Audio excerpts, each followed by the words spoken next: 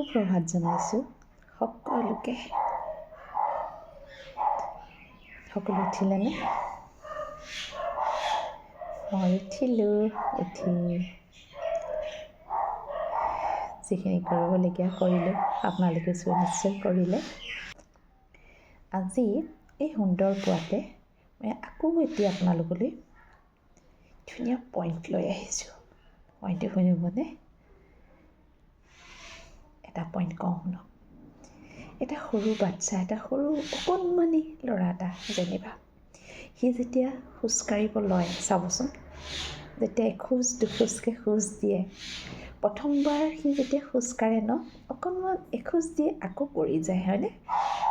আকৌ তোমাৰ তেনেকৈ সি চাবচোন বাৰে বাৰে চেষ্টা কৰে, পৰে উঠে, পৰে উঠে। সি দিনবোৰ চাব দেই, সেইবোৰ আচলতে কি জানেনে?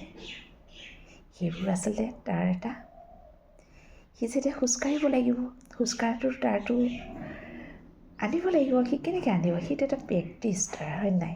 হয় নাই বাৰু কওকচোন দেই? এফালৰ পৰা চিন্তা কৰক।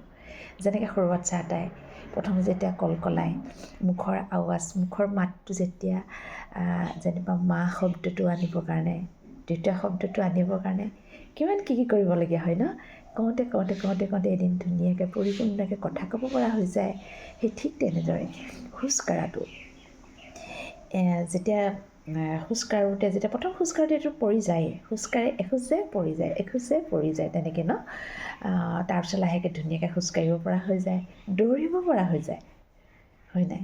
ঠিক তেনেদৰে আমাৰ মেডিটেশ্যনটো তেনেকুৱাই, জানেনে? মেডিটেশ্যনটো কৰোঁতে হয় এটা কথা, মনবোৰ আমাৰ বহুত চঞ্চল যে, মনটো আমাৰ ক'ৰবাত গুচি যায়গৈ, কিন্তু আকৌ আমি মনটো ধৰি আনিব লাগিব। যেতিয়া যিমান বাৰ গুচি যায়, সিমান বাৰে বাৰে যেতিয়া আমি মনটো ধৰি আনি বহাম, আপোনাৰ মেডিটেশ্যন হ'বই হ'ব।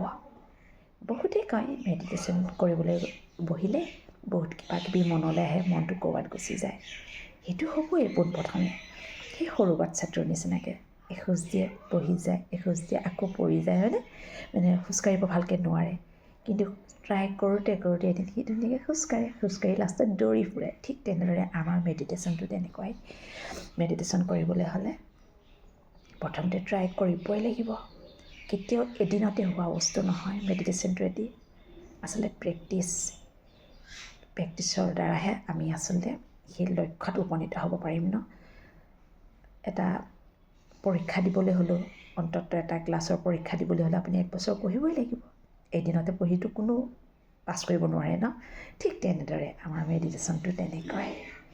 সেইকাৰণে এটা কথাই কওঁ, মেডিটেশ্যন কৰক, জীৱনটো সুখী কৰি ৰাখক, শান্তি কৰি ৰাখক। মেডিটেশ্যনে গোটেই জীৱনটো মই ক'ম একদম শান্তিৰে ভৰপূৰ কৰি ৰাখে, জানেনে? আৰু মেডিটেশ্যনটো ইমান পাৱাৰফুল। আৰু যিসকলে মেডিটেশ্যন কৰে তেওঁলোকে জানেই, আৰু যিসকলে নকৰে মই তেওঁলোকক অনুৰোধ কৰিছোঁ, কৰক, প্ৰেক্টিছ কৰক, অকণমানকৈ চাবচোন, বেছিদিন নালাগিবই, ধুনীয়াকৈ হৈ যাব। ঠিক আছে, আজি আচলতে আপোনালোকক মেডিটেশ্যনটোৰ ওপৰতে লৈ আহিলোঁ। আপোনালোকে কৰিব বুলি মই আশা ৰাখিছোঁ। আকৌ এবাৰ কওঁ, আপোনালোকৰ দিনটো ধুনীয়াকৈ পাৰ হৈ যাওক, সুন্দৰ হওক, সুখৰ হওক, মনৰ কামনাবোৰ পূৰণ হওক, তাকে বিচাৰিছোঁ, তাকে ভগৱানৰ ওচৰত প্ৰাৰ্থনা কৰিছোঁ। ঠিক আছে, আজিলৈ ৰাখোঁ, নমস্কাৰ।